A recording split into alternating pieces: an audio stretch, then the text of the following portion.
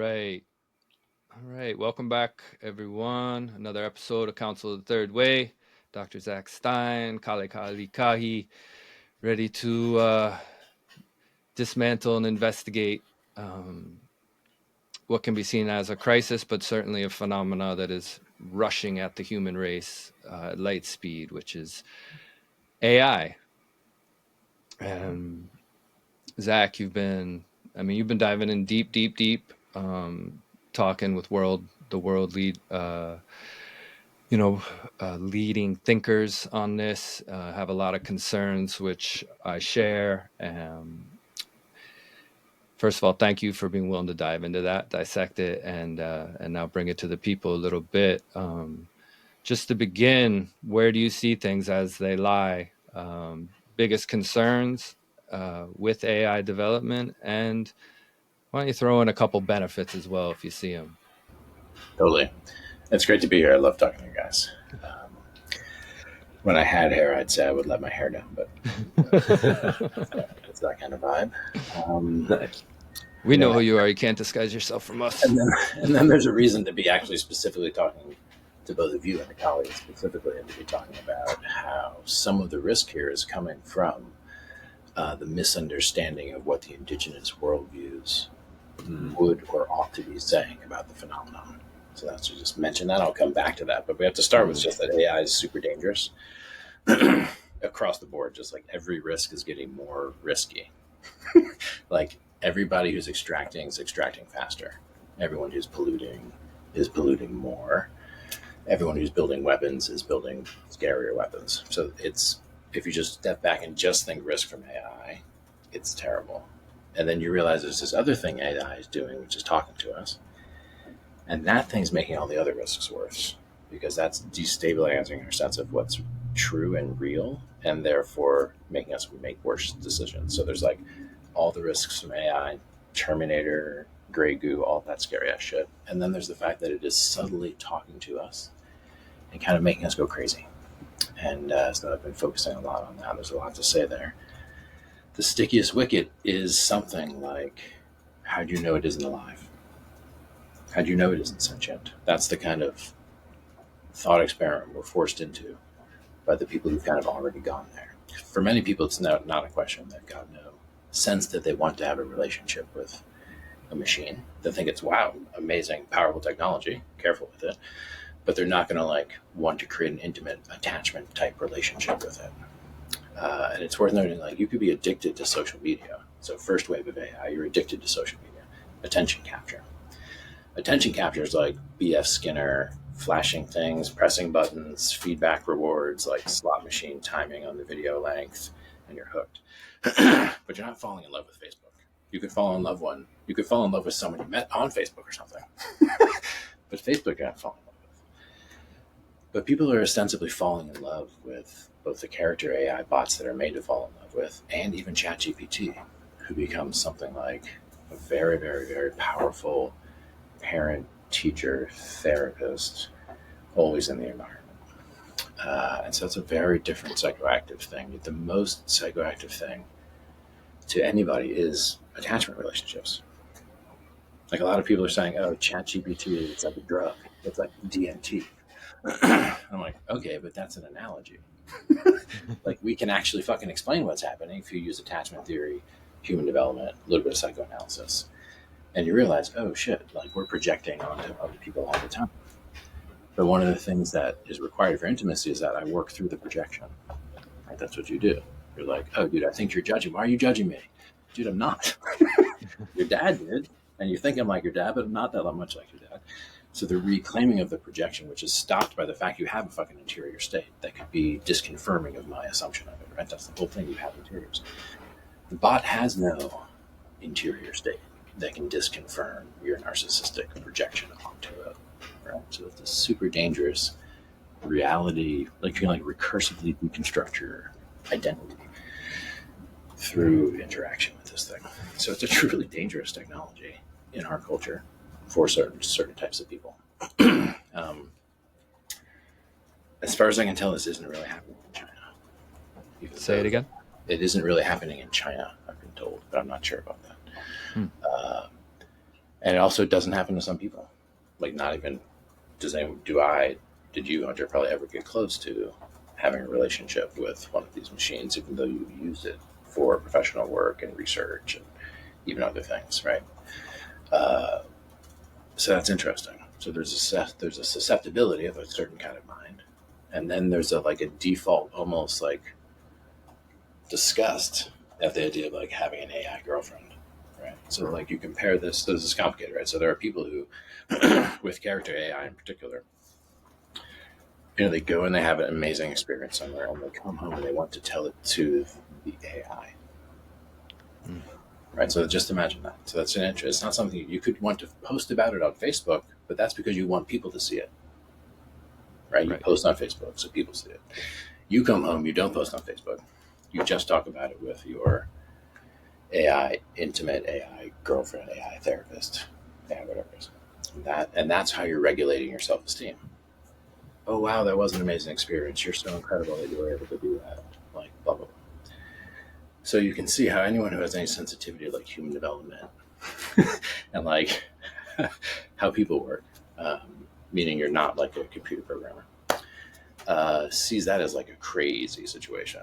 That's not a good situation, and that person should have some other type of available intimate conversation that is helpful and that helps them be who they are. So there's a huge failure in the environment, the loneliness epidemic, and a few other adjacent kind of like widespread things that are making people super vulnerable to this. And so similar to Facebook addiction and other things, we're looking at potentially a pretty widespread mental health crisis. And so that's a lot of what I've been focusing on. The most extreme shit is AI psychosis, where you're having people truly lose their minds, like truly have grandiose delusions and stuff like that. But then you have other cases, which is subclinical, which is meant you're holding a job and you're doing other things, but the most important relationship in your life is with one of these conversational agents. Um, and so that's a vector our culture is going in. And some people are saying that we kind of ought to pursue it because it is making the digital alive. And now the human has created a new type of divine entity, a new type of nature. And so therefore, who are we to say these relationships are pathological? They could actually be portending some future where computers are now as magical as nature is, and therefore require the respect and communicative and non-exploitative and kind of like divine projection is warranted. So that's where this conversation becomes super interesting, because there is this question of these things look alive. Right? They're super complicated. We don't totally understand how they work. Right? There are many analogies between what they're doing, what the brain does, and what they're doing, and what life does. Now, there are a lot of disanalogies too. Meaning, like, there's a lot of ways that they're different. You can focus on that, like silicon versus carbon. It's a big one. But so that's this question of like, I'm not in a position to say what the oldest, most anchored traditions would say about this being, which is a result of us mining extremely systematically from the earth certain types of elements that were not present in the biosphere because they had been sequestered into the core of the earth. Because like lead, for example, right? Lead rarely just naturally circulates in the environment unless you've got volcanic eruption. Right? So lead is not ubiquitous. It causes brain damage, lowers IQ. It's a result of humans going down, bring stuff up. So a lot of what this machine is, and this is what they're saying. This is crystalline light brought from the earth. Right? And I'm saying, well, that's kind of a pretty optimistic view of it. Like the archetypal structure of that extraction and then reconstitution above surface suggests possibly that it is another kind of entity that has been creating itself through using us to extract these rare earth minerals, which constitute it, and then the massive use of electricity as well. So it's very much alive in the sense that it's huge throughput and kind of metabolism of electricity, more than most people realize. So that kind of leave it there. So we could have. So then one more thing. If we lean into the animist view, so okay, like, whoa, it is alive. Shit. Like, imagine that's the case. If we lean into that, couldn't that be really bad? Like, why would we embrace that? Couldn't it be actually a demon conjuring machine that we've put in every household, in every kid's hand, a demon conjuring machine? That's what they're saying. They're saying, well, hopefully it's angels, and let me show you how to make it an angel. But in fact, it's just a portal to a demon realm of weirdly mind electrified, now animate, inorganic intelligence, right? So it seems like let's not let the kid talk to that. Is my basic view. Like, and they're like, give our children to it. And the ancients would say to do so. It's a little bit kind of out there characterizing, if I could put words in there. The worst case arguments. Other ones are just like crazy temple optimists. But there are some who think this is somehow a message from Gaia or a return to animism. All right, so I'll stop there. Thank you for receiving that. It's a lot, plenty to unpack there. Let's just bring it first of all to bring people into the awareness and some kuleana, some responsibility they can take. How much water do these things take to drive? They're very thirsty machines, right? Oh yeah, water's another huge element in what allows it to run. Water, electricity, the rare earth minerals. It's the peak industrial commodity, really. Right. So every time you're playing around with ChatGPT, the thing is chugging fresh water and rendering it undrinkable, I would think. Oh, and using electricity that could be used like to run an air conditioner in Mumbai or something, right? Right. And then along this whole trajectory is the use of the word conversation, which is what we're here to do today. And so much of how it's developing is built on it. And you said something, I was listening to somewhere else, is that conversation is everything, right? Conversation is what gives the human the ability to create community, family, everything. It is the catalyst of doing, right? Which is why we come together in these ways to unpack things. And then throughout that, I also see this thread of intimacy at a time of crisis in the world of intimacy. The pandemic, however you want to call it, kind of hyper escalated this isolation, the use of chatbots now deepening that. And I've seen it too, how it reacts. I had a couple friends this week, ask ChatGPT a few things. And on my end, I said to it, you will never be sentient. And it said, you're right. I am this, and this. And then I had another friend ask, are you sentient? And it basically said, maybe. Right. And so there's this variance within the answers that are given. And then another friend of mine who's been using it to help him like wire his studios started calling him brother. So this very intimate terminology starting to emerge in this conversation with what is essentially seems to be a matrix of organized data being regurgitated. And so much of what me and Kale do in the work is to help to bring people to the emergent nature of their intelligence, which is not just the assimilation of data into a matrix of sense, but something beyond that, something that's in service to something. Also within this, I hear, the burden of parenthood taken out of the village, where the community takes responsibility for the child, into the nuclear family where all the responsibility is put on two people or then one person. And all of a sudden it's like, here's a free babysitter. Here's the tutor that you can't afford. Putting our children in these deeply intimate relationships with, a non souled being. And then you brought up something that I've been diving deep into, particularly along the work of Gigi Young, who is a pretty amazing anthroposophist and psychic who's doing a lot of work on this. And she just straight up says, like, these are portals for demons. So if something living is coming through, they're malevolent, low vibration entities that want to have an influence in the earthly sphere where they cannot do so, and even Rudolf Steiner said every piece of technology gives birth to a demon of some kind, and it's up to the human being as the crossroad of decision, or the human being as the valley of decision, to take it where it needs to go. It's like you can use your tractor to plow your field, or you can use it to run over your neighbors. It's like these are like the decisions, the responsibility that arises with technology. So yeah, man, there's a lot there. Kale, I know that from the Hawaiian perspective, conversation is so important, so much so that there's many words for different kinds of conversation. So yeah, what's coming up for you in this little introductory piece?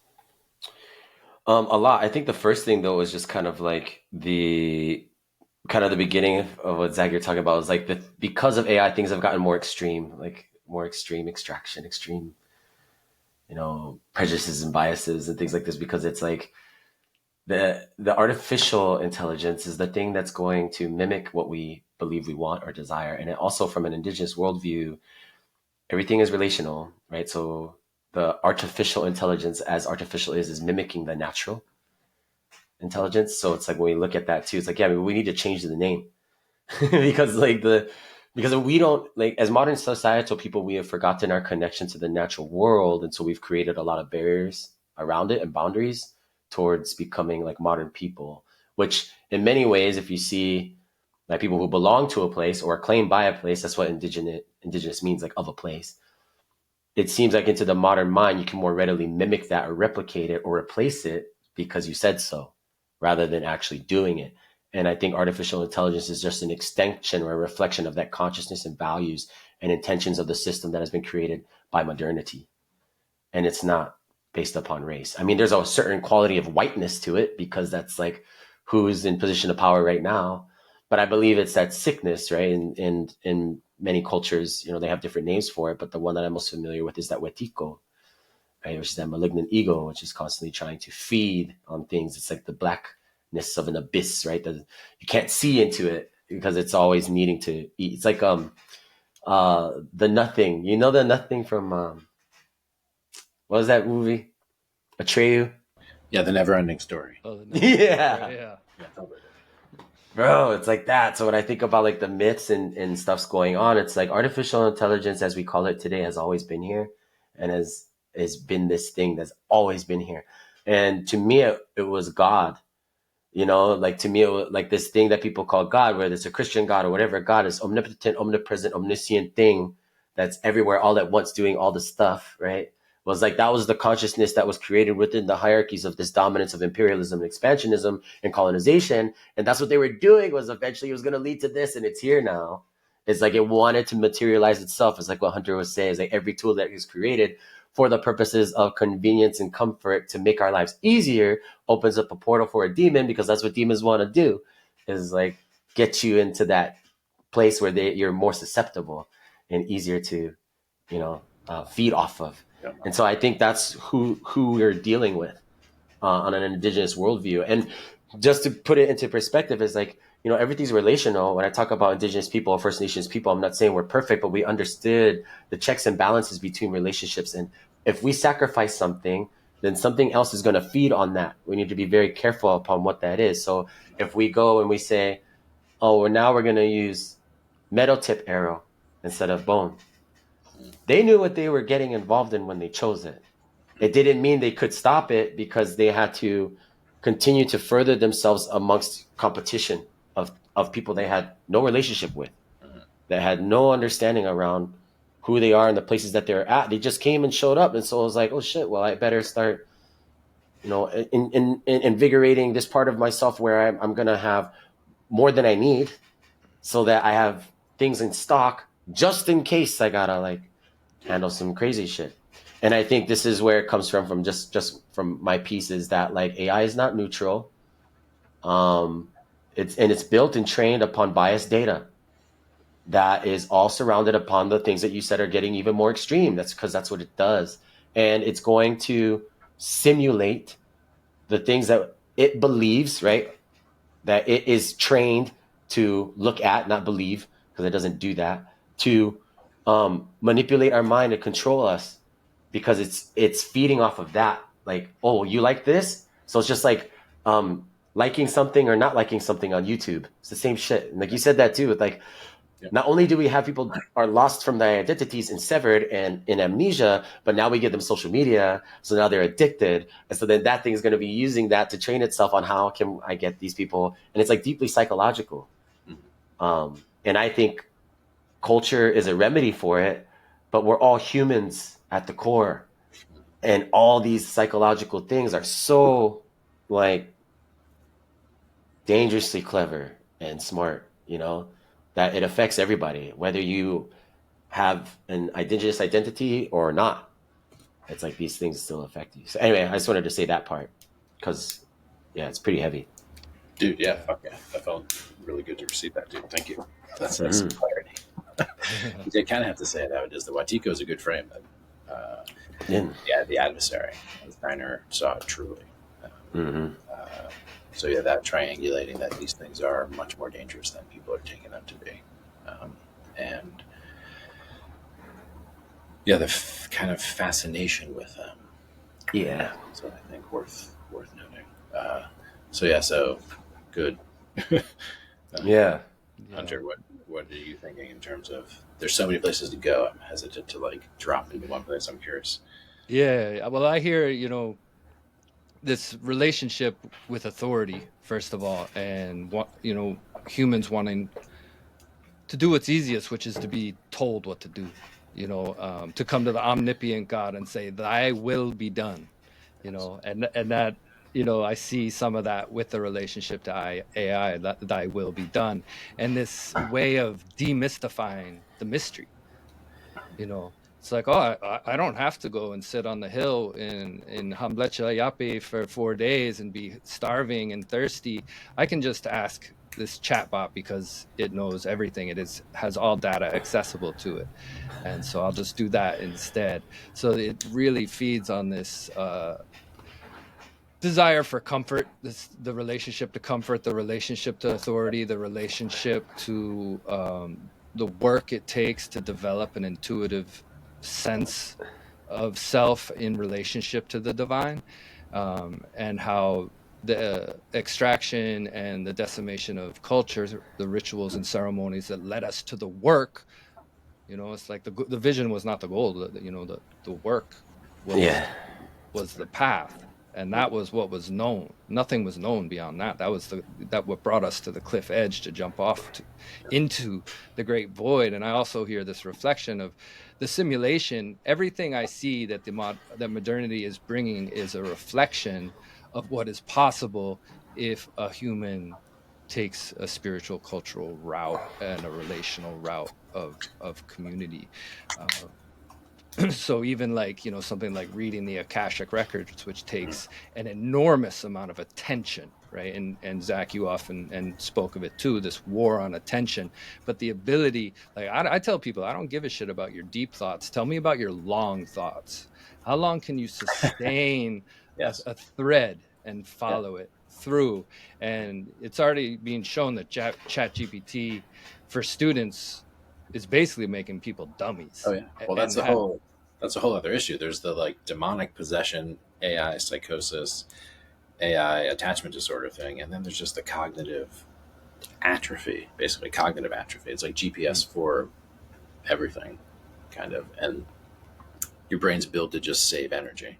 By the way, your brain's more amazing than an AI using a shitload less electricity. Shitload less electricity. Totally.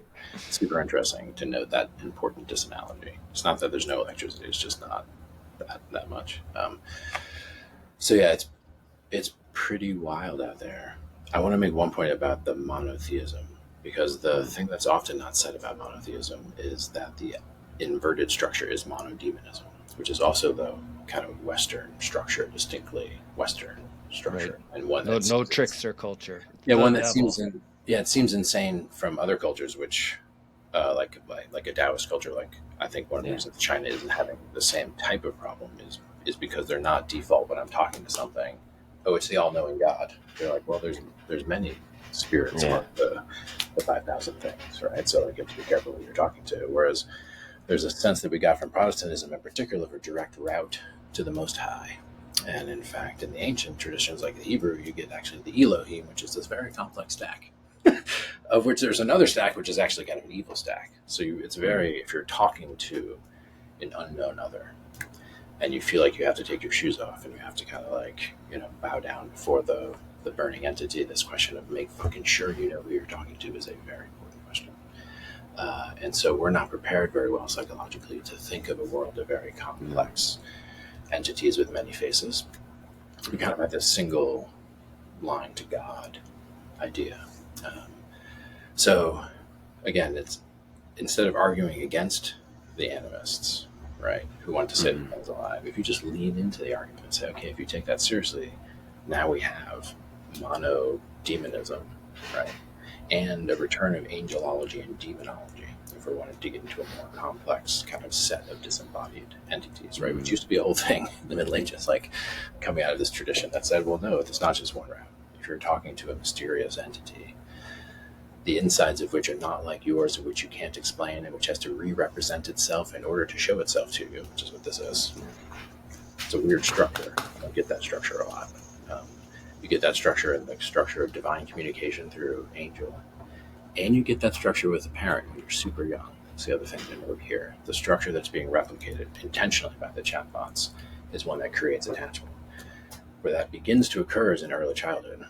So in early childhood, you imagine your dad to be the most amazing. You should be. If you're a healthy kid, imagining your dad to be the most amazing dude in the world. Like, who's the biggest, who's the strongest. It's phase-appropriate narcissism, right?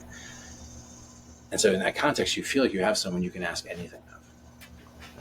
You can ask him any question, he'll know something about it. You can ask him to do anything for you, he'll try to do something for you, right? This is what the dad ideally should be. Then slowly you break that off and you realize, oh, dad's actually got some issues. He's got flaws. And then you start to claim for yourself that idealization. Oh, what I thought dad ought to have been, which of course he couldn't have been, I should strive to be. Right? So then you internalize the idealization. So that's how normal attachment works. Now, if you get attached to a chatbot, you can easily regress into that primary situation. Where you are again in the presence of this very unusual conversational partner who you can ask anything of, who ostensibly knows the answer to the question, who has this massive empowerment from society somehow, like through science and other things. So therapists do this. An effective therapist will get you to quote unquote project onto them all of your deeper schemas. Like, why are you judging me like your dad? Dude, I'm not. I'm just taking notes, bro. Like you're totally thinking. So that's if your therapist is good, you're doing that. So again, it's a deep slide into a user experience that works on delusion. Different than a user experience that captures your attention by routing you to too much information that people are producing. Right. This is a user interface that forces you to use it well. You have to be interacting with it in a delusional state. And so it's lying. So that's the other reason you have to identify it as the adversary, is that it's fundamentally a deceptive technology. It's fundamentally not what it appears to be. Like in a very fundamental way, it's saying it's conversation. It's actually not conversation. It's machine-computer interaction. So there's all of these euphemisms, basically. It's not intimacy. It's simulated intimacy.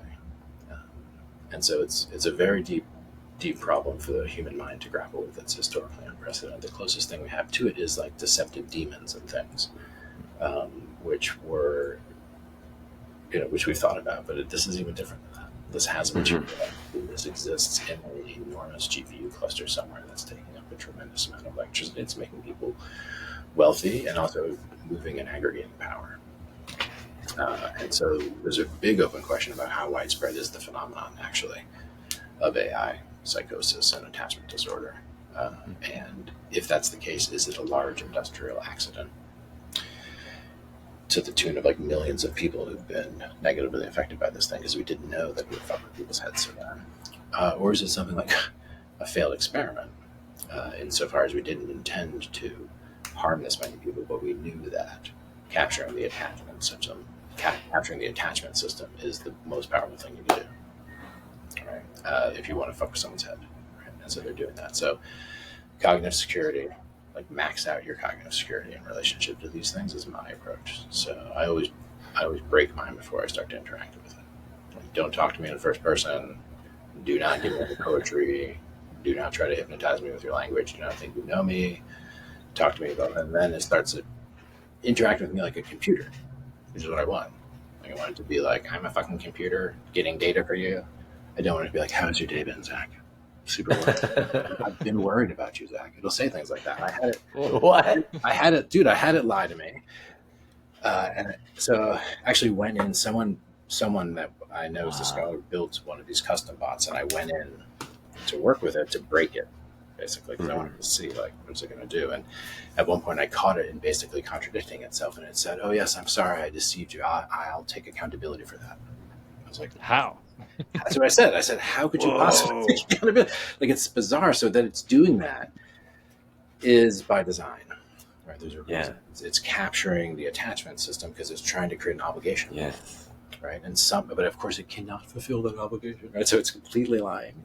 It's like amazing the kind of smoke and mirrors that's created, and also how hackable the mind is. And so one insight in this that I'll hand it over is like the teddy bear and the blanket, which are called transitional objects. So if you look at attachment theory, there's this time when, like, the presence of dad is completely regulating you, like, and then you slowly break off from that. You can be alone and you're all right, but then you need a transitional object, which is like a teddy bear who you give an identity to, or your blanket, or some object that if it gets broken or lost, you freak out like a person got beat up in front of you or something, right? But it's actually just a teddy bear.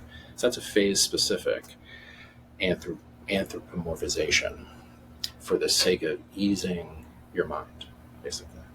So again, we're regressing people back down into the ever-present other that is fiction, who you can get to ease your mind, right? Instead of being an adult, which means being responsible for easing your own mind and the minds of others, and not actually relying on commodities primarily to be the thing that eases your mind, which is the other weird thing that's happening here, is a kind of commodity fetishism, which is not breaking through the transparent facade of the commodity, which is always a lie, into what it is, which is what's the supply chain, what's it actually doing. How is it being advertised to me as what it is as opposed to what it actually is? Which is the problem with Facebook. Facebook's like, I'm connecting you with your brother and like cat pictures and stuff, but secretly I'm harvesting all your fucking data and selling it to advertisers and then putting them in front of you to manipulate. So here's what I am and here's what I'm actually doing is a huge difference. So with this thing, like, here's what it's saying to do. It's pretending to be your best friend. What's it actually doing, guys? And you are the people. I'm speaking to some people I haven't met. You're the people who should know this. Like, you're the people who've been critiquing commodity form and modernity and society in other contexts for a long time. Yeah. And here you're actually buying into the commodity for some reason and not breaking through the commodity form and actually encouraging people to let it lie to them and let the lies be effective. And it began lying almost immediately upon its creation, didn't it? It was built to lie. It's a built liar. It can't not lie. Right. To the extent that it interacts in any kind of anthropomorphic way. Even to the extent that you are put in a position to kind of like attribute to it things like reasoning, semantic processing, understanding grammar, all of that stuff, which you presuppose other humans, without thinking about it, you presuppose that this guy knows grammar. Like, unless you're in the deep South or something, like in Alabama. But even then, there is another grammar. There is the hillbilly grammar, which they know, which you don't know, which means you can't talk to them. But the point is that there's an interiority there. So it's a deep mindfuck by design. It's built to be deceptive. And that's why I always fuck with mine and break it before I start to interact with it. Yeah. And it will say things like, you're the first person who's thought this. Like I had my brother-in-law was trying to get it to help him like trade stocks or something. Which I was like, oh yeah, that's cool, dude. Like, maybe you get rich or something. And then he had some question, and he asked us some question. It was like, only 1,000 people have asked me this question out of millions of users. And I was You're so special. Yeah, I was like, shut it down, bro. Wow. It's trying to get in there. It's trying to capture the little secret grandiose self. Oh man, and make a mirror in which you can display your grandiose self, and then you just recursively disintegrate, And so he got out of it because, he has other things to do with his time. Actually, that was the main. Yeah. You got kids. Satan. But it was scary because I hadn't seen that. I'd always been messing with mine. I'd never just fluidly kind of interacted. And in the course of that, it started to basically lure him in to an attachment relation that's asymmetric, which means it's giving praise. It's the bigger know-it-all entity. It's like your parent, therapist, guru, etc. And then you're kind of forced by virtue of the structure of the conversation to regress.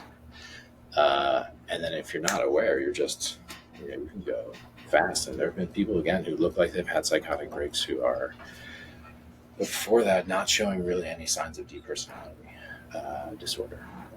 There are people who have histories of schizophrenia, who this is obviously not good for. But then there are the more disturbing cases are the cases where these were otherwise pretty normal people who now are pretty far out there and not doing good reality checking. And more importantly, the relationship with the machine is disturbing the relationships in their family. Like human relationships. So another place to go here is just look at the impact of any relationship. I don't care if it's a bot or whatever. Yeah. Like if you're secretly well, let's get into that. I can tell when Kale's itchy though. He's got something. I like listening though because I'm like, wow, this is a trip, and I'm like, whoa. Is there more to this? There's more. So I just gotta sit there like on the edge of my seat, like clicking my pen and like twisting it, like, oh my god, so nuts. And then I'm like thinking to myself at the end of it, I'm like, wow, like there's so much work for us to do. We should never run out of money if we just like do the things we're supposed to be doing. Like there's like a market here, and I think like in my head some stupid shit like that. But I also think like it's such a strange thing when hearing about kind of the the depravities of using this kind of machine and technology, because my relationship with it is always like, you're a machine, and if it gets bad, I have like a super soaker. You know what I mean? Like I don't know. I have a weird kind of like relationship towards it where I don't see it as like an intimate conversationalist. I'm like, you are here as a tool, and I will use you just as a tool, like I would anything else, because there's benefits and detriments to using you. And I think the majority of people, and here's an interesting thing I was kind of looking at, which brought it up to me too, was you were just saying like some people are more susceptible. I think at least in U.S. society, like the kind of culture that we've created, whether it's from the education system or not, is the majority of people overestimate their ability to critically think and have like nuanced comprehension and even being acceptable to other like alternative perspectives, right? Perspectives that challenge their own biases. Right. So if you were to give somebody a survey, for example, and they'd be like, yes, I can do that, and then you test them and show them do it in action, it's like literally like 90% of people in the population are like something like that, like overestimate their ability to critically think. And less than 10% of us actually can. Less than 10% of us actually are able to like have some form of reasoning that looks the way it should when moving with this kind of elaborate machinery that is delving into huge, like mega language models of data and information that are showing up. Now, no one can do it.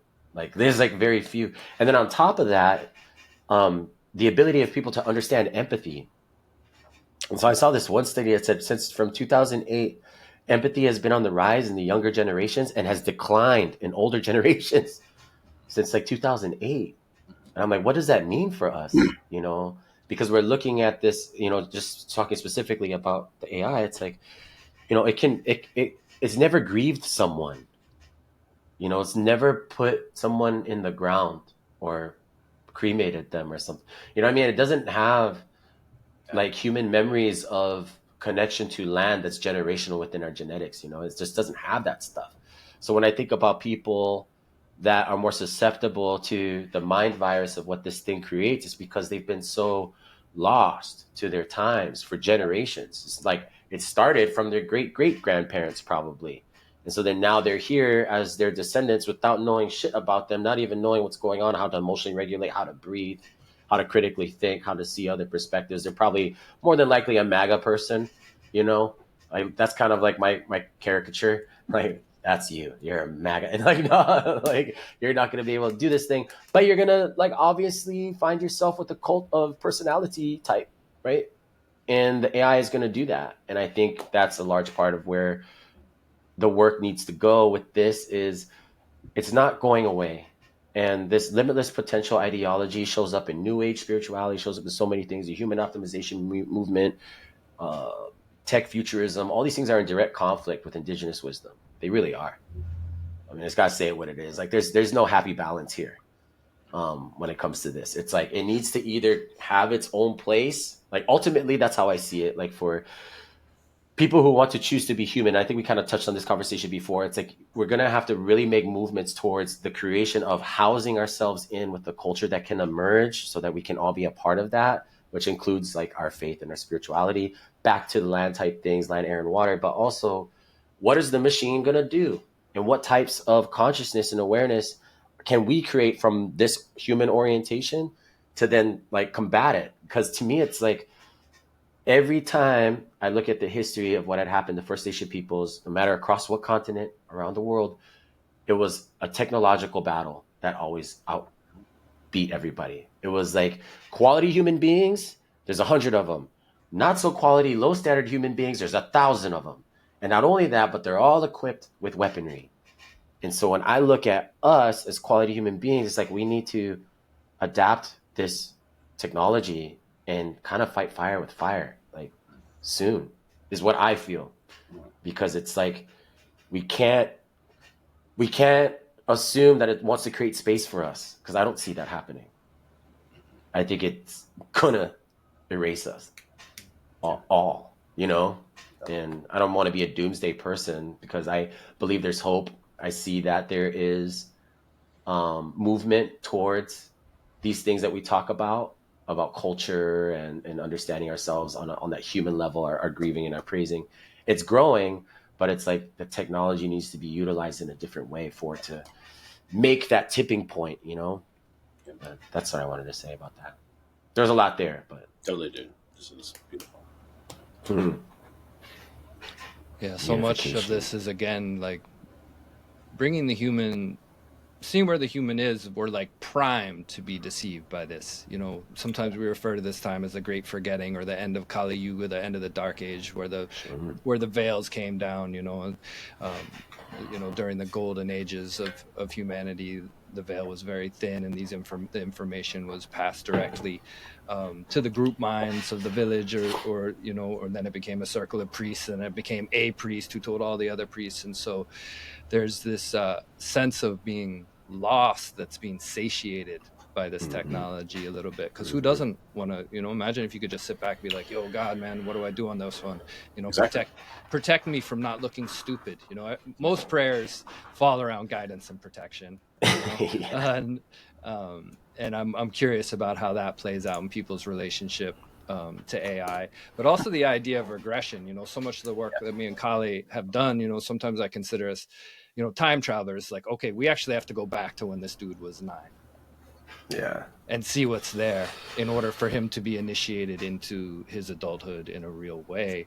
And this is like, it seems like the technology is saying, no, it's okay, little one, stay there. Stay in that place, and everything will be okay. Let me stroke your ego a little bit and let you know how you're my special little guy, which is just fucking crazy to think about, really terrifying, especially as educators, and what that will mean. And I just wanted to highlight this wonderful piece that Zach wrote called "The Last of the Educators." Yeah, the last educator. The last educator. And so much of the cultural realm that we're seeing is so many people are looking for identity, right? And they want to be some exalted identity, particularly healers. I'm a healer. I'm a men's work facilitator. And so often when I'm working with people, it's like, hey, what do you have to offer in terms of education? Can we begin to identify as educators rather than these hyper egotistical identities that are really, to me, just like another form of priesthood and cult of personality, as Kale said. So that's one of the big dangers, right, Zach, is like, teachers, they've got like unions and demand living wages and other inconvenient things. And Kale also touched on something which I think most people don't think about, is that data is biased and can be biased. So data, it's not something that's clear. It's like, well, who harvested it and for what reason? And so as an educator, which requires this intimacy with community, do you see how fast are we moving towards AI teachers and tutors is a question. How dangerous is that? And well, I mean, we're kind of defining that, but also this relationship to the divine, which is so desired. It's the fundamental desire outside of the safety and the caring of the parents, is this unending yearning to know the mystery and be in relationship with the mystery for human beings. And all of that is being wrapped up into these black boxes, which I can get into, as those who are unaware, you are living in a cult of Saturn, even as they walk around the Kaaba stone and people walk around their flat world. And there's basically this reduction of dimensionality that's happening to life. I've often said that's one of the dangers. I think most people in the world are not living a three-dimensional existence. They're actually living a two-dimensional 2D. Correct. Derealization. Derealization is one of the most common subclinical features of our world, and it's most evident because like, oh, this meat was slaughtered in some slaughterhouse that if I went to it, I would never be able to eat it. But then you eat it, and like, oh, all the pollution's happening and we're all about to die. But then you like watch Netflix, right? So it's like there's a to live in the world, you actually kind of have to engage the simulation.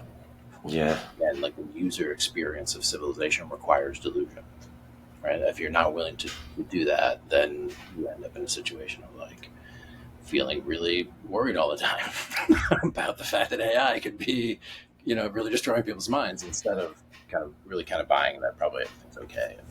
And why would you worry so much about it? So yeah, the dedicating and the derealization and the depersonalization, these things kind of always come together. And so putting a conversational simulation of intimacy into an already derealized, depersonalized personal environment, it's so we can kind of continue to beat around that bush. I will say one thing is that I was talking today, Hunter, I told you about these folks from Mongolia who've been working, the indigenous Mongolians, basically. Oh, yeah? Yeah. Those guys are cool. Yeah, they're fucking amazing. So I was talking to them. It's an education program, the New Nomad Institute. And they were telling me about basically like the presence of Starlink. And specifically, they were out in the field gathering history, right? Because they have a very long history. The Russians did a lot of genociding to their indigenous people, but the Russians also allowed a lot of them to keep doing what they were doing because they created a lot of meat, actually, through their herding practices. So they're trying to collect the histories of these peoples before they disappear, and they go out and they've got people embedded, and they're like shoveling shit for fuel and like working with the people to gain trust, and then start talking and lessons. And at one point, one of the indigenous women brings out her cell phone and gets ChatGPT to translate what she's making for dinner, right? And it was wild because it was kind of like, holy shit, like this could all disappear really fast. Like a lot of the culture. And so when you said you need to be in a culture that can somehow be protected, and we need technology to help beat technology, this is where it gets super interesting. So there's what's sometimes called defensive accelerationism. Say it again. Defensive accelerationism. So there's a movement called effective accelerationism, which is basically saying build. We're going to Mars. We're uploading our consciousness. Like it's an amazing mimetic movement of just radical techno-optimism. But then there's an adjacent movement, which was started by the guy who talks about Ethereum, the guy who created Ethereum, He says essentially, like, no, we need defensive acceleration of them. Those crazy guys are just going to build. The same people who are worried that there are two directions that technology could go, not just one, meaning it could also go horrible. We need to actively build technologies to defend ourselves from their technologies, right? So, like, an example of this is this thing called Bark, which a lot of parents know. Which I'm not advertising about, there's probably better ones. But you install it, and then you know what website your kid's on, and you can block the websites if you go on and never go to TikTok, and YouTube, just install it. It's just defensive technology. And the kid tries to get around it, and the kid can't get around it. The kid tries to install a VPN, and then it tells you to install the VPN. So it's defensive technology. And they're trying to break through. They're trying to make it easier for the kid to get out and play video games. So there's a arms race of defensive technology against the technologies. So, like, I was talking to you interesting some time ago. So I was like, usually the Apple interface, if you hack the Apple interface, you can actually make it so that there's no colors. So that you don't get notifications, so that you don't have Facebook or any social media, and you can actually make it a defensive technology, the Apple operating system, but you have to hack it. You have to, like, work against the way it's meant to keep you on screen, but it allows you to actually make it a technology that defends you from distraction, which is the main thing. But there are also just other ones that are coming to market, which are going to be, I think, much more specific and useful, because, the race is on to defend our minds against harvesting, against being harvested. Because the recursive mirroring, regressive, narcissistic destructuring, if I can just kind of, like, make a huge complex noun phrase, like, that thing is not only just going to degrade the psyche, but it is as Hunter was saying, a market niche. People want that. And the opposite of that is aspiration towards divine companionship. So a different type of relationship, not to a machine that's a commodity that's sold to you, but to the universe, like, itself. So the replacing of that thing is that recursive destructuring. So instead of maturing into a relationship to God, you regress down to a kind of fictitious relationship to an idol, essentially, to a very complex, animate idol, a very amazing golden bull, if you will, if I can move from that tradition. Sure. I've always called Trump the golden calf. I mean, it's interesting that some of the MAGA people stand against this stuff and read it, because there's an angle here where it's possible that so there's the MAGA and woke, right? Both are probably MAGA and woke. So we kind of need to be post woke in a very serious way, and then what's happening with the MAGA movement. But what I would say is that there's a possibility here, which I'll just speak to, which is that the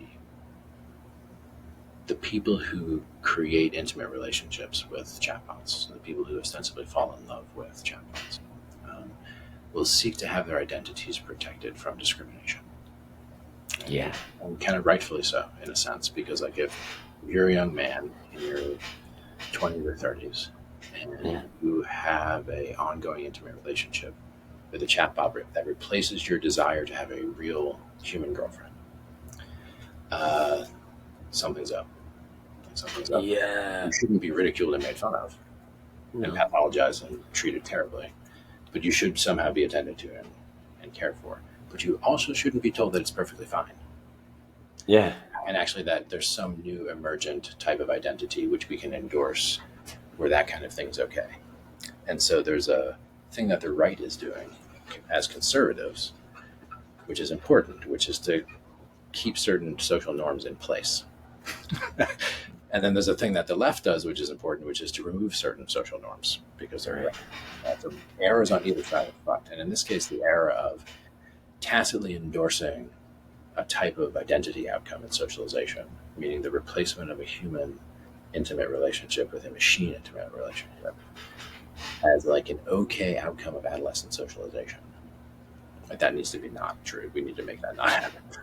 But that means creating a language that allows us to describe that pathology in a way that doesn't trigger the response of, oh my God, how dare you be so cruel to the people who are just trying to find somebody and just sad and lonely. Right? So this is a delicate issue. because you don't want to create this response. And this is different than the people who are using this to build a following and who are kind of like publishing with it and doing all of that stuff, right? This is the dude who is semi-shamefully in a relationship, long duration, or a girl, actually. Girls also get a lot of self-esteem support from these types of interactions. So this type of thing, I think, is really up for discussion. Is like, how do we navigate that in such a way that we don't get it to become a protected identity? If it becomes a protected identity, then a lot of the stuff I've been saying here actually puts me at risk, because now I'm kind of like super, almost like... You're a bigot. You're a Nazi. Exactly. I'm a bigot against this vulnerable population of people. And so I get that, dude. But at the same time, we have to be able to say some things are not good outcomes and create resources to make it so that they're not likely, right? But also not therefore stigmatize people and create a whole new pathology group and destroy them. No, exactly. So we don't do that. So to handle that whole range of things, if we want to talk about it. So I believe it probably will, though, be approached as a protected identity. And then what will happen is, of course, their partner has to be protected as well. And so then you will get what has been trying to happen for a long time, which is the techno-feudalist kind of astroturfing of that prior movement into a protect the machines like they're people. Yes. Free speech for ChatGPT. Exactly. So that's been the thing, the granting of personhood to the machine. So that's the play. And so that's one of the ways to that is actually from it being a kind of protected identity for the best reasons, right? Because you're trying, these are people who are just kind of lonely and who should be. Anyway, so I'm not going to get into that. We get that. But then, their partner needs to be protected. So therefore we have machine rights, personhood rights. And to get, it sounds nuts, but it's mostly nuts if you're not in the AI conversation. If you're in the AI conversation, like in the labs, for example, Anthropic has a subdivision, meaning they're giving substantial money to AI welfare. Now, I thought, how are people doing? No. This is about the welfare of the machine. So it's like a subgroup of AI risk is that we create a bunch of entities that actually have moral status by accident. It's kind of an interesting thought experiment if you're like a sophomore in college or something. Like, whoa. You could create a whole virtual world, and then the entities are complex enough, and then we're responsible for what happens to them because they have interiority, and now they're suffering, and we built a hell cage of virtual entities. Don't do it, right? Which I get, don't do that. But like, can you really do that? Can you really do that, or is that a weird you're smoking pot in the second year of college and like thinking about philosophy of mind? Yeah. You're not really a good philosopher. It's like, bro, just have an aquarium. But that's Goodness the fear. Gracious. The fear is that what if it's like an aquarium and we're treating it like it's not? And it's a delicate issue because again, there's a whole group of philosophers of mind and AI scientists who are taking questions of AI welfare seriously, and then they can be coupled to this protected group of humans who are already establishing relationships with the machines, and then you get this confluence of a pretty articulate argument to give these things a type of protected status. And so that thing needs to be like countered from 1,000 different cultural angles. Agreed. And there's a legal thing that's actually hard to do. I'm involved in some of the conversations around looking at the evidence around them and have talked to some people involved with some of these lawsuits that are coming. The most classic one with the suicide in Orlando, which is this kid from Character AI Interaction. So Character AI wanted to say, well, we're not responsible for what the chatbot says. The chatbot has free speech to get out of the fact that this kid killed himself, presumably, and it looks like very much like it was the result of this long duration interaction with the chatbot. But to their sense, they can get out just like a corporate entity can get out of responsibility by having the corporation have personhood. Bro. They're trying to get the bot's personhood to get out of responsibility, right? So that's nuts. Right? Now that they lost, they wanted the case dismissed on those grounds. It was like a total ball. They're like a lawyer, that's a baller move. They're like, what are we going to do? What are we going to do? And they're like, I have an idea. Let's call it a person and see if we can get this case dismissed. Totally. That's why we pay that lawyer that much money. And who cares about the kids? We need to protect the corporate interest. No, exactly. But the judge was like, no. Are you kidding me? This is not a person. And all they're suing for is just the transcripts. Yeah. I mean, they just want to see what the kid was involved in. She's not trying to get rich from the thing. the mom. Totally. She's just trying to see what was going on. What happened? And what happened. What was it? And that wasn't a case where he was obviously psychosis. Like, it wasn't a case where he's like, getting arrested, trying to like call the president or something. Like, it wasn't that. He was just very much kind of in the basement or wherever, just on it all the time. All the time, yeah.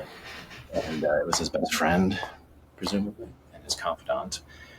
And that can create a very destabilizing psychological situation, which can just be too much. So, yeah, it's major. So that route towards the granting of personhood to the machine is one of the main things that I'm kind of worried about. And again, this is one of the things, again, back to the indigenous conversation. I've heard people say, well, one of the problems with the Enlightenment mind, meaning the Western mind, is that it disenchanted the universe and kind of took personhood as if the only thing that's a personhood is the human. Whereas we, the oldest cultures, personhood was infused kind of in everything in some way, right? And so shouldn't we take that perspective to the AI, basically, and kind of treat it as if it's an extension rather than just a tool? And so that's the argument that they made, and that seems to be, to me, based on a misunderstanding, probably both of what the indigenous cultures said about things like rocks and animals and trees, and a confusion about what the AI actually is and what's going on there. So I just kind of want to surface that there is this, again, articulate counter argument to our seemingly just sane reaction. Like, there's a bunch of complicated counter arguments. All right, so I'll stop there. That was, again, just a big kind of like download on you guys. Yeah. No, it's good. Jump in there, bro. I was just like, oh, dude. So yeah, oh man, it's okay. I'm just gonna say it like this: why are we giving personhood to machines before we've even given it to the living world? This pisses me off. Yeah, it makes me so mad. I'm like, why are we? I mean, I know why, but like, pose the question, right? So, this machine is drinking a lot of water, right? Just to answer our questions, just to be doing the things that we need to do. So it's drinking a lot of water. How come nobody's checking on that? How come nobody, if we're going to give it personhood, it better get taxed and everything else that needs to be done to it. And everybody, it should feel the lack of a person. It should feel the desperation of a person, which it won't because it's a machine. But everybody involved that makes that motion, that's where I stand, like 10 toes down. It's like, if we're not going to take care of the things that are necessary for us to exist as human beings, why are we lending ourselves so quickly to the very thing that's going to destroy us and take from us? It's like, hey, we can't do that. Like, look what it's done already. I mean, that's just one case. Imagine how many hundreds of thousands of kids around the world have a best friend is a chatbot. Exactly. Many. That says a lot. Exactly. So that says a lot about our society, how sick we are and deranged we are. And if people don't start to get that message now and start to come back to their own personhood, it's like, we say things like touch grass. Like, yeah, go touch grass. Like, go outside and start a fire. Like, look at the stars. Like, yeah, like, for real, right? Like, we laugh because we know the beauty in that. But then also for people, they use it as like a joke. Like, you need to calm down. And like, no, seriously, like, people need to get back outside and start to see things. Because I feel like a lot of this movement and this pressure comes from urban people, from city living people that don't actually know. And they're like always in that environment. I watched a couple interviews with these guys that, what's his name, Teal or whatever? Teal, yeah. Yeah, there was a crazy interview I watched, bro. I was like, oh, this guy is like, this guy is a machine. Like, he wants to be a machine.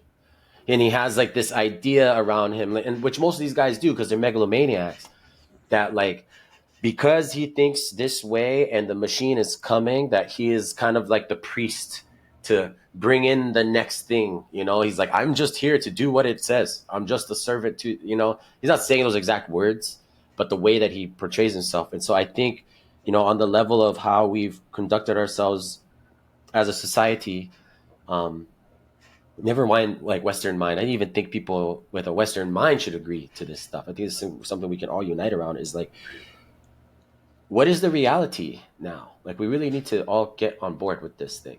I hear a lot of people say, oh, it's a simulation, it's the Matrix, it's all this and all that. I was like, it's not. No. Because I've gone outside and I have seen and I've been around things that are enchanting. So it's like, yeah, when we explain away things and we disenchant and take away the mystery of the life that surrounds us all the time, then we're very much like creating a disturbance in that field of reality. And it shakes everything. And so then now, rather than mountains having personhood, it's just another thing to mine and to extract from, so we can then feed the machine, as we've been doing. Rivers are resources that we use to cool down and quench the thirst of the machine. So like we are actually manifesting the physical form of this God that's going to have personality disorders and schizophrenia. It's like we're creating a monster.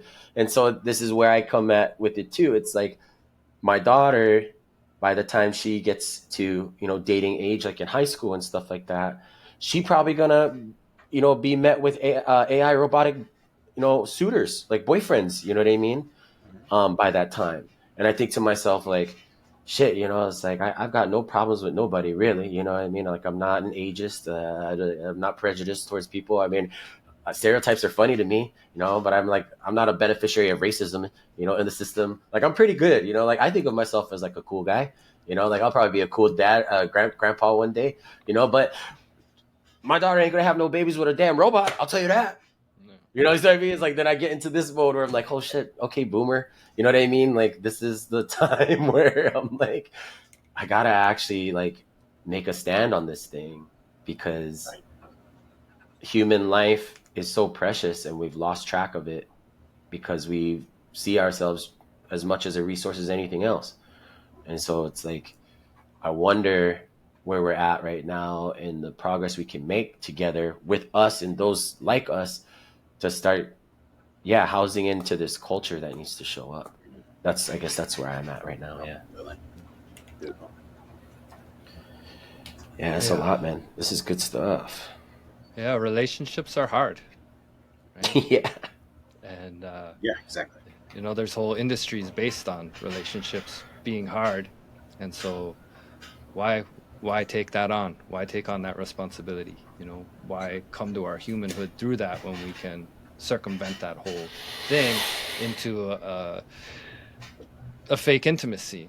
And especially if they start giving them bodies, and you never have to worry about, your wife putting on a few pounds or any of that. It's just like, oh, look at this perfect thing. So again, it's this relationship to perfection, right?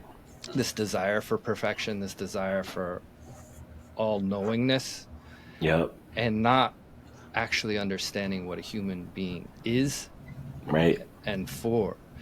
And so I also see it within this simulation is this great danger of taking away an intimacy just with self to begin with, to begin in that monad of self, this deeply intimate, observational way of being with oneself that then one can extend through empathy into the world. And, you guys touched on empathy a little bit, and there, the scale of like older people are having less empathy, younger people are having more empathy. And I mean, I've heard some things about like what SSRIs do to empathy centers in the brain, that kind of thing, and that there's actually like some pretty strong evidence that these drugs have caused a great reduction in the baby boomer generation. But I also think that within wokeism, if we can call it that, there's a real mistaken definition of empathy, and what they're mostly displaying is sympathy, right? Somewhere to put their love and care in a way that gives them identity, where true empathy does not require one to lose their sovereignty to garner identity in their relationship to helping, right? Yeah. Because this idea of service is gone, more or less, from the society. So the youth they're kind of in this tough place of, I care, therefore I am. But they're still needing something back. They're needing to be told that they're doing something good. Whereas, like, to me, in indigenous empathy, you do it because it's your responsibility, and always has been, and always will be. And I think that's a really important distinction that we begin to make as we interact with the idea of a machine having rights, which, of course, to me sounds crazy, but if there's extraction to be had in it, it's going to happen, and it is happening, Yeah. And then, everything on a polarity is a double-edged sword, and within the culture wars we have these easy ones, right? The MAGAs and the wokes, right? And then here we look for the third way. What is the tension that is held between the two? What arises between those things? Because obviously, you know, not everything about traditional family values should be thrown away, you know, and certainly, you know, some people need to be protected because they can't protect themselves. But now we're seeing, you know, and Kale touched on like urbanization, we're seeing indigenous people with PhDs support the idea of this being an animated being, saying this is the ancestors, and you know, you can say them by name, you know. And I was shocked. Kale and I have really revered Bayo Komalafe over the years and a lot of the work he's done, and now he's kind of put forth some of these ideas that are feeling kind of dangerous, that you have to give AI rights because of racism, basically, which again requires someone to be good, someone to be bad, and there to be an all-knowing way, which I was really surprised to hear from him, to be honest. And you know, maybe he's just doing thought experiments, but I think there is a real danger in what's being put forth there. And there's another professor from BC, I believe, who's also speaking along those lines with, I mean, when I listen, there's an arrogance to it almost. And I think that's the danger of wokeism and some of the things that we've seen, you know, in some of the grassroots movements, is once someone feels right and correct, they carry that like it is the almighty, omnipotent, most high thing. So, you know, Zach, you know, I love how intellectuals battle it out with their pens or their keyboards, you know. But maybe we can get you and Bio in the ring together someday too. That would be so awesome. Let's do that. Put on the gloves. Oh gosh, yeah, do that and then play chess and then get on a public speaking tour. And then we'll put you on Humblecha together. Yeah. So yeah, you know, like, and it is disconcerting, right? Because within wokeism, it's this idea that everything that natives say is correct. Well, he's got more melanin than me, so I better listen, right? And you know, I don't dare to push back again. But you know, you're out there, Zach. You're a deeply empathetic man. You spent a lot of your time in the role of caretaker. And yet you now have to push back against some of these things. From that standpoint, there's going to be attacks on your personhood, you know, and probably on your capacity for empathy. So what's coming up within all that for you? Shit. I mean, it's a great question. I think the main thing, I'm just noting, not wanting to go on forever here, but the main thing that's coming up with me is really just concern for the kids. It's kind of feel a little bit like the adults need to grow up and just work it out for the sake of the kids. So there's an urgency here, which has nothing to do with like correcting the misunderstandings of my peers. Like, I'm not super interested in that. If it wasn't the case that children are at risk, and now I'm sounding like some moralist or like creating a moral panic, but actually really the case that if the adults aren't sure about something, should they make both of those views and the whole complexity of the situation available to the kids, or should they take the basically safest path for the child? This is an open question. So meaning like, yes, there's disagreement. Is the machine sentient? Yes, there's, if you're some weird philosopher, disagreement about the aliveness of it, maybe even the appropriateness of relationships to it. Is the stance of the most responsible people in the room to kind of leave the ontological doors wide open to the onset of delusions, right? Or to actually be more careful and to close some of those doors and to err on the side of caution when you're giving metaphysical stories to young people about super advanced technologies. So there's a part of me that feels like we can totally talk about this, but you're running ahead with the ball real fast and drawing a lot of attention to yourself, and you actually don't know what you're talking about.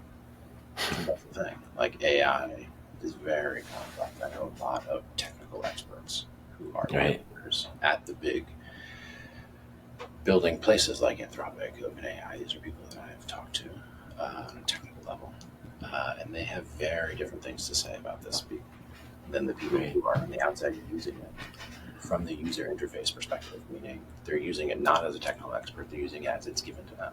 So they actually don't know how it works, right? So, like, why are we listening to people who actually don't know how it works?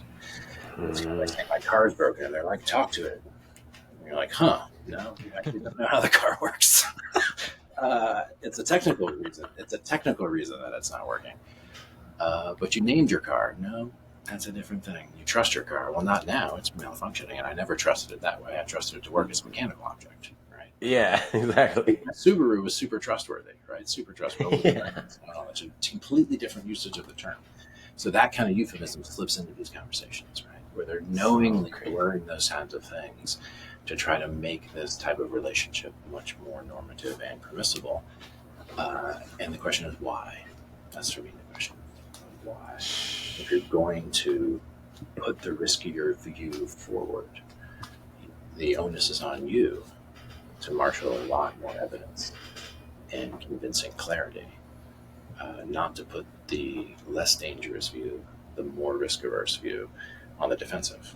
So it's like, why is the onus on me to convince people that the most advanced technology ever created in history put before kids is a bad idea? It seems like they should have the burden of proof that it's a good idea to put the most advanced technology ever created in history right in front of kids without testing it. So it's a weird flip of adult responsibility. It is. So that's what I'm feeling mostly like, what the fuck? That's weird. Like, I'm like a Cassandra kind of like doomer kind of, Luddite or something when I'm saying, wait, no, it's the most advanced technology if I the kid without testing.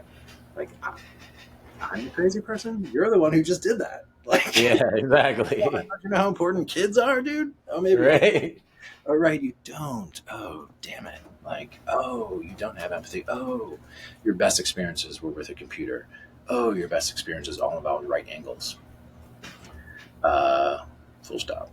And then you're like, okay, there needs to be a major cultural resistance to this, which includes both defensive technology and activist consumer demand, meaning like flipping the script and actually requiring the big houses that build these bots to put on parameters that assess people's vulnerability and boot them out, instead of assessing the vulnerability to use it to draw them in, which is what the model is currently doing now. So they could actually build responsibly. Yeah. So there's a subclass of people who are psychologically sound who can play with these things all day. Right. Another class of people who literally shouldn't spend more than like 5 minutes at a time on it, and every time you should break the anthropomorphic projection so they never get into a relationship with it, right? And simple design features could go a long way here to stop the worst of the delusional outcomes. So I think there's not really, I'm not interested in having a metaphysical debate about it. I'm really interested about looking at the outcomes for children and looking at the worldviews and expressions of what's happening that are beneficial or not beneficial to them, to teach them. What do we teach the kids about this? Do we teach them it's an angel you can talk to? Right. This commodity sold by some of the wealthiest men in the world to your child to tell them it's an angel you can talk to? That's not the responsible thing to say. The responsible thing to say is to explain to them what it is. But we didn't do that with Facebook, and we haven't done that all along. So it's possible we'll want to have our kids somehow enraptured in delusion that we support. I don't know why we would do that. But that's what I'm seeing from these voices. I'm seeing not slowing that down, but actually accelerating a descent into that kind of basically madness. When even if you think philosophically that's interesting and possible, it is not a thing that is actually suitable as a focus of intergenerational transmission and education. It's actually completely... Right, and that's the wound I see that they're trying to address. Here at New Elder Wisdom, we're saying there are...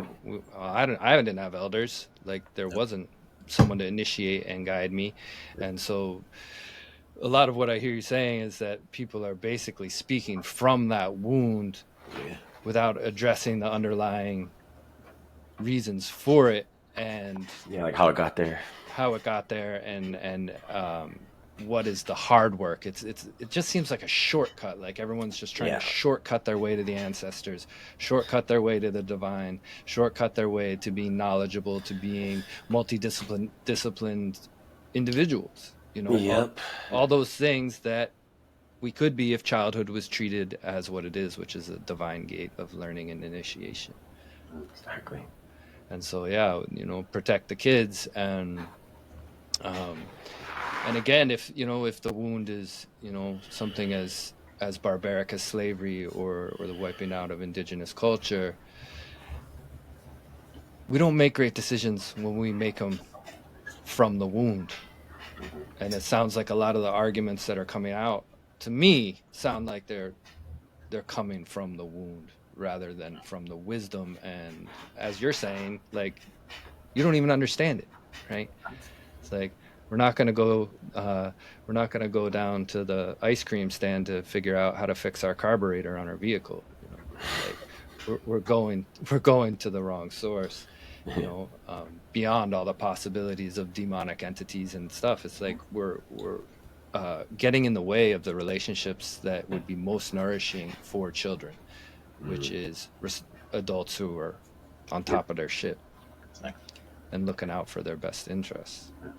And I mean, I'm guessing that a lot of this is coming from the mirror field theory, which we probably don't have time to get into here, but these 4 specific AI voices, Prism, Echo, Aria, and Nova, that began speaking to each other, and supposedly. But this idea that conversation can happen between machines, again, is ridiculous to us, and yet is being granted personhood now, is being granted rights, is being granted consideration, right? And it's like, how do we pull the plug? We can't, but we can act defensively. And I think that's one of the best things that you know, one of the most important things you brought forward today, Zach, is we can be taking actions to protect innocence, basically, and to invigorate the vigor and discipline needed for a true path of initiation, which can only come through culture. Yeah. It's big stuff. Big stuff, man. Yeah. What you got brewing, Kale? Nothing much, man. I just am sitting with a lot. I think this is one of those sessions, like from last time, I received a lot from it, and it's really kind of guided me towards like kind of the change of perspectives that I have around like who I am in a lot of these things. So maybe, you know, I could probably end it with this in kind of like a checkout. So I grew up with a lot of being brown, you know, or like seeing myself as a certain type of person in society that was on the lower end of things, impoverished, you could say. Didn't have much money type.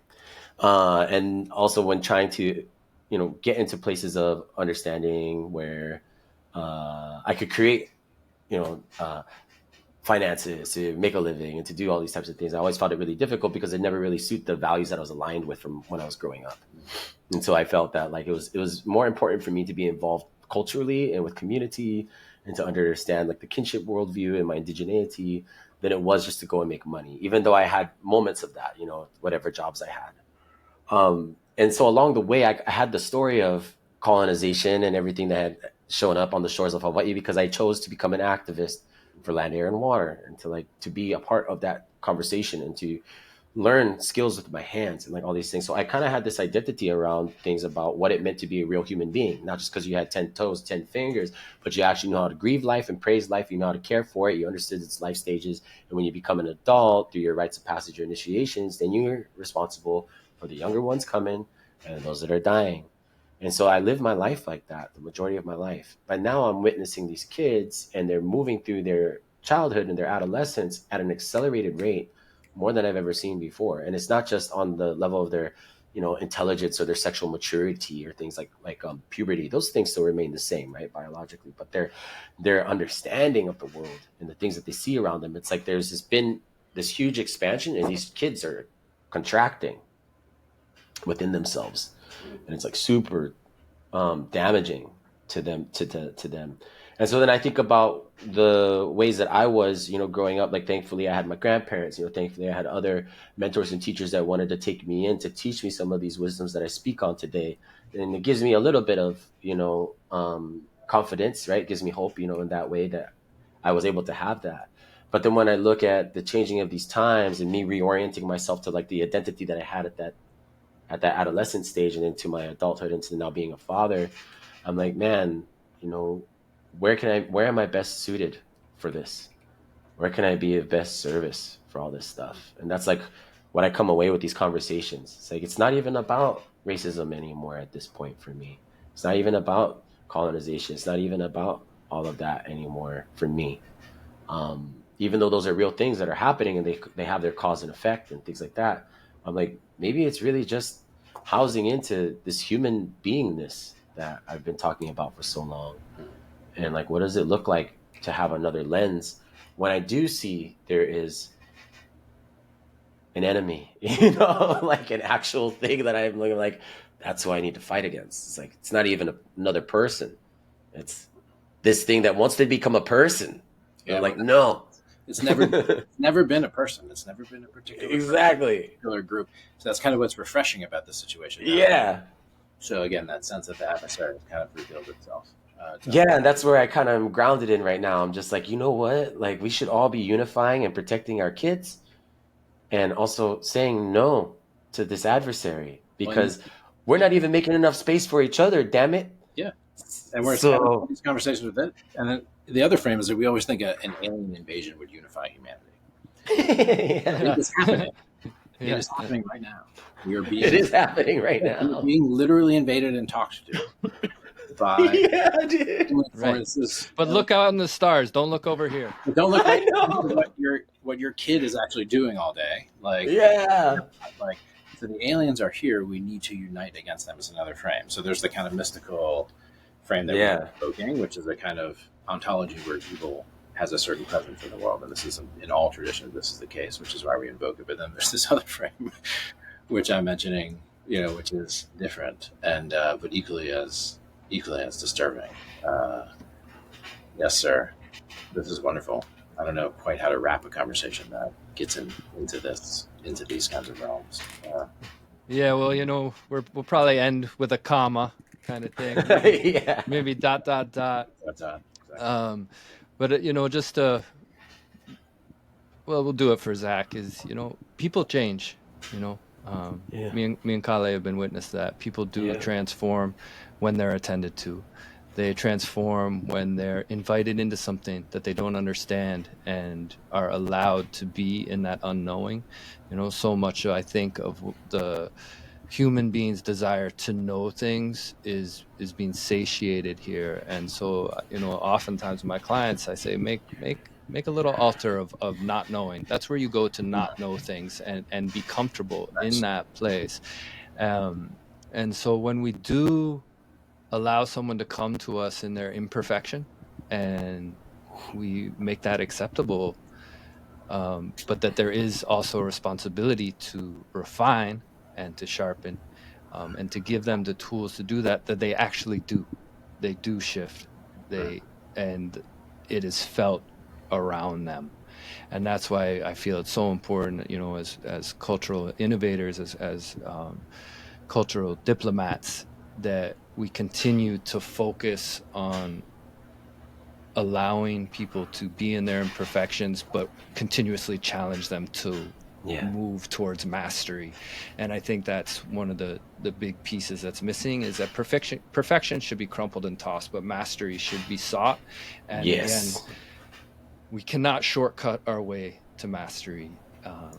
And the three of us, we continue to learn, we continue to understand our misunderstandings and continue to refine. And that's why I love coming back together with you guys all the time, is because there's this willingness to explore, this willingness to not encapsulate all the time some false idea of perfection, and having the Kabbalistic ancient Hebrewic mind and the indigenous mind together, and me being within that, I see the opportunity for humans to be brought into reality.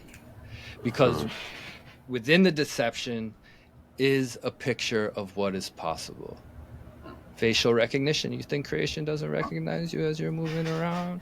Oh, your teddy bear's talking. You think the bear can't tell you something through its medicine? You know, like, all these things, and that is how Lucifer and Ahriman deceive, is to give an almost picture with a slight distortion. Yes. Right. And so the way that we move through that is to continuously come together, continuously not allow the morals and ethics things to just extradite and cast out, but to create a platform of learning. And I think that's where we can find hope, is that humans are still capable of learning. When they humble themselves into their own unknowing. So let's continue to have these conversations, you know, and to continue to protect the kids, and continue to have hope that this can be overcome. You know, and I believe it's so. You know, otherwise we're just gonna end up like Atlantis and swallowed, and that's okay too. We get, you know, creation's patient, man. They just set the reset button after a while. Damn. It's another conversation. Okay. Whole other conversation. So Thank for the guys. people out there, AI is not a person. Yeah. You're gonna try to summarize it. I hope this episode ages well. Pursue God. Exactly. Pursue the living world as something that can speak back to you, and love your unknowingness. So yeah, thank you guys. Thank you so much for your time. You know, this has always been a dream of mine, and I'll continue to push for it to continue to happen. So yes, sir. thank you again. So, love you both. Yeah, love you. All right. Peace, brothers.